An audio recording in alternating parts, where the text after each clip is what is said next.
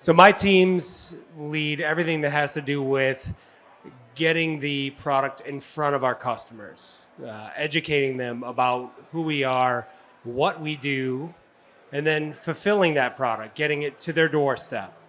And then following up, we have our contact center, our customer service. So everything that has to do with operations or e-commerce lives in my realm. We have a whole nother side of the house. It's actually the other side of the hallway that has to do with making it do what it does. That's not why I'm here to talk.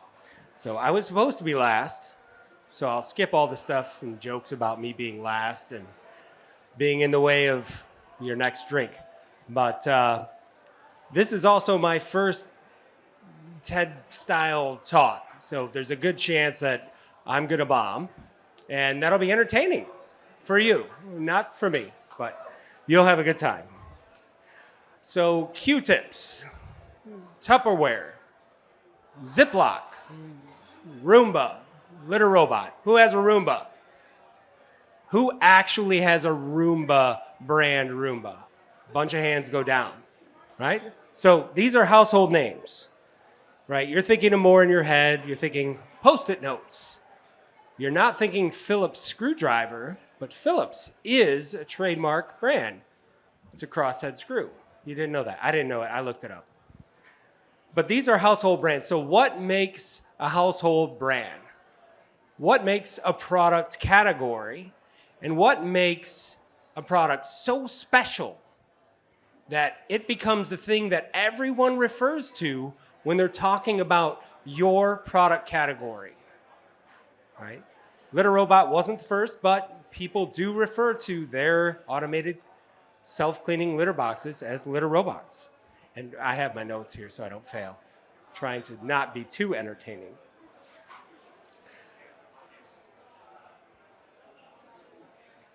So how does someone garner the household brand, right? You don't have to be first, right?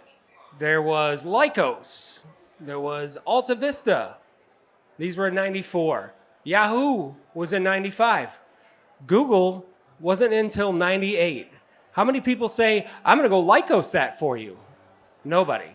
Lycos is still a thing. You can go to their website and it does still have the dog and everything.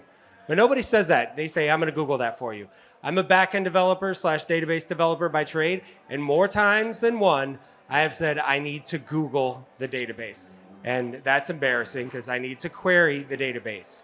But in 2006, Googling became a verb and was added to the dictionary. It's a true thing. It's embarrassing as a developer. So a category is a group of things that share similar characteristics. Right? So how does a product go from a flash in the pan, invention or something that's novel to being a whole major category of things? Right? Whisker was not the first automatic cat litter box, right? There were raking mechanisms and sifting mechanisms, but it takes innovation, right? Brad Baxter, our founder, decided to use gravity and take a new approach, and that new approach reduced odor. And then we became an IoT device that is connected to your whole household's system of automation, right? And then we're going to be able to provide health insights about your animal, right? So innovation from step to step to step. You also need to be able to market it well. You can't just say, we're the best, we're the fastest, we're the cheapest. Right? You need to be able to market the product. You need to be able to put your customer in the lead role of the story that you're trying to tell in your commercials, right? They have a problem and you're trying to solve it. And when they look at your commercials or your advertisements, they need to feel like, that's me too. And I do have that problem, and they can solve that problem. You need to make it accessible to them. You need to put it in the places where they're going anyway. Whether that's the grocery store, the big box store, Best Buy, Target, wherever it is, that's where you need to be. could be an online marketplace like Amazon, hopefully your own e-commerce property as well. But you need to make it accessible to them. Now, I mentioned that Whisker wasn't the first litter robot, or the first, see, I even did it myself. We were not the first self-cleaning litter box, but I like to think we are the best. Other people do refer to their automated self-cleaning litter boxes as litter robots. It can work against us as well. So a product doesn't become a household name just by being a good product, right? You need to help your customer discover that they have a problem and you are there to help them solve that problem. Jacob Zupke joined our company in 2015, and that's really when we turned up marketing. So Brad had the new innovation. We use gravity. We start reducing odors. We make it an IoT device. Jacob joins, we start marketing better. And our Don't Be a Scooper campaign was hilarious. If you haven't seen it, YouTube search it. Lady in a yellow dress, chocolate cake. I don't need to say more. We're talking about cat pooping. But we informed everyone that they had a problem. And it was a very dirty, filthy problem. And the problem was they had cat poop all over their house because their cats had to step on poop to go poop, right? And our product can give them a fresh bed of litter every single time. That solves that problem, and I'm a fan. So we started investing in our e-commerce, building our technology team. I joined in 2020 and things skyrocketed. But we have expanded our channels. We've started putting our product in front of people where they already are. Right? We're in Target, Chewy, Costco, Best Buy, PetSmart. This is where people are going already. We expanded our international presence. We invested in D2C as well.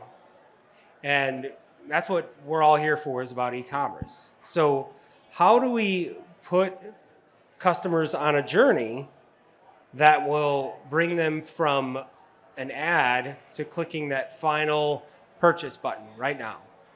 How do we make it a no-brainer for them? Well, there's site speed, right? Seconds cost conversion, right? It's a statistical fact. If I have to wait more than 3 seconds for something to load, I'm scrolling. We're all scrollers, right? So that's why core web vitals are such an important thing. That's why we measure it, and that's why Google indexes based on it. There's personalization. If I go to, let's just say, an orange home improvement website, and I start searching for tile for the next year, I'm probably going to see everything related to tile until I finish my project. Because they know I'm creating something in my home that has to do with tile. So your customers already have told you what they want. You need to make it easier for them to get back to it through personalization. And then there's continuity of message, right? So you have a Facebook ad, and Facebook is super powerful in the way that we can target demographics, target interests, but you've got this really high converting click-through rate on a Facebook ad.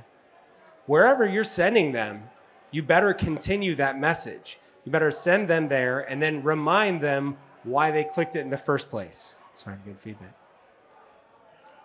You know, Ed from Bark talked a little bit about this too, when he was talking about his dog Winston and your box is on the way, right? We know your dog's name.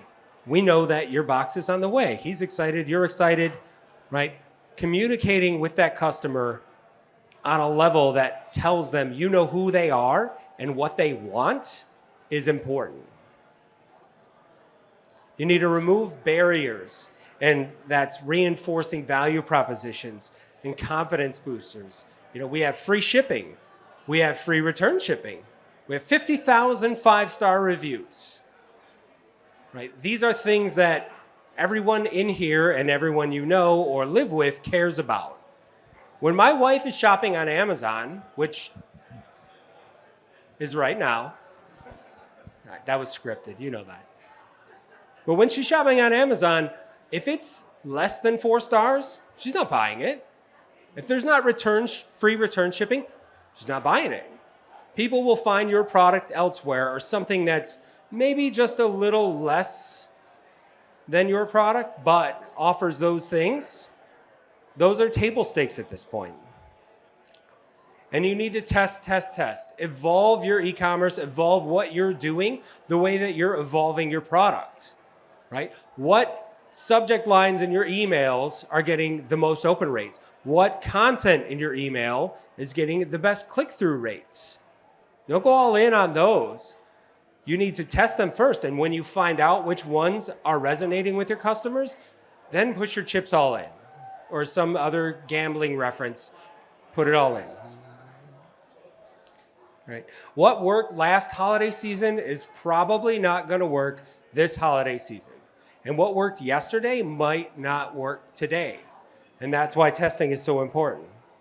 The T5, the Thanksgiving 5, Thanksgiving through Cyber Monday, it's 72 days away. And that sounds like a lot, but it's 49 business days. And if you have a code freeze, it's really 28 business days. That's less than a month. So what are you doing in the next month to make sure that you're set up for success this helicopter season?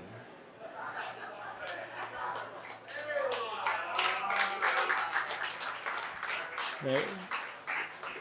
We're good now.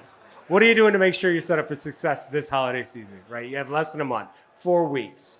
Your dev team is ready to go, and you need a month to burn in. If you're not code freezing, you need to be, because you need time to make sure that your UX, your messaging, your creative is resonating with your user, your customer. Sorry, I'm a developer, so I say user. Because deploying a new website the week before Black Friday, it will lead to disaster. People get fired over that. I've been at companies where people get fired over that. So you need to let all of that burn in. You got 28 days. I was at a company called ePrize. We were building long-running, large loyalty programs, Disney movie rewards, My Coke rewards, Miller High Life extras. Some of these, you all probably bought beer or DVDs or something and touched one of my loyalty programs. But we had quotes on the wall, and one of them was, somebody is going to come along one day and put us out of business, and it might as well be us. And that is the way of thinking that you need to have to retain the household brand once you have it, right? That's the way you need to continue to be the category leader for a product once you create that category, right? You need to put the company that you are today out of business with the company you're going to be tomorrow, and continue to innovate and solve the problem over and over again in better ways before someone else does. Thank you.